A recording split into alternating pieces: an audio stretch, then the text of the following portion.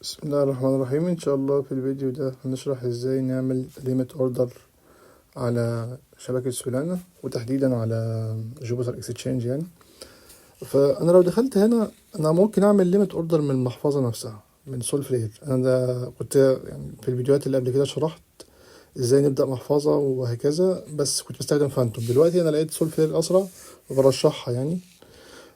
والفيتشر موجودة من المحفظة على طول. يعني أنا لو دخلت على العملة اللي أنا عايز أبيعها وقمت داخل هنا على ليميت وقمت داخل أنا عايز أبيع على الليميت، أبيع سولفلير مثلا اليو اس دي سي وتمام، وهحدد السعر اللي أنا عايز أبيع عليه مثلا سي 1 سنت مثلا وهكذا، وأعمل بليس ليميت ماكسيمم وأعمل بليس ليميت وهكذا بليس اوردر. بس انا برشح تستخدم جوبيتر لان في فيز المحفظه هتاخدها، احنا اولى بالفيز دي. جوبيتر بياخد فيز برضه بس اقل بكتير من المحفظه بتاخدها. فانا لو فتحت جوب دوت اي جي وقمت دخلت على قائمه ليميت، تمام، انا عايز ابيع العمله اللي عايز ابيعها هي سنوفي دي.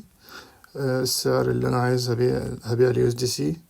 لو هبيع الماكسيموم، السعر اللي عايز ابيع عليه مثلا هبيع ب سي 1 سنت، او يعني 1 سنت و2.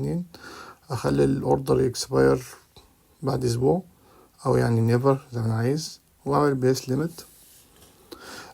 سريعا كده، الفيتشر موجودة على جوبيتر من زمان، بس انا مجربها ما كانتش كويسة يعني. كانت ممكن اوردر من كل 3 اوردر، مش زي المنصات يعني. فهم نزلوا تويتر ان هم عملوا امبروف الفيتشر دي وبقت الليميت اوردر اسرع 20 مرة. فاعتقد انه كده ان شاء الله هيكون احسن يعني بكتير.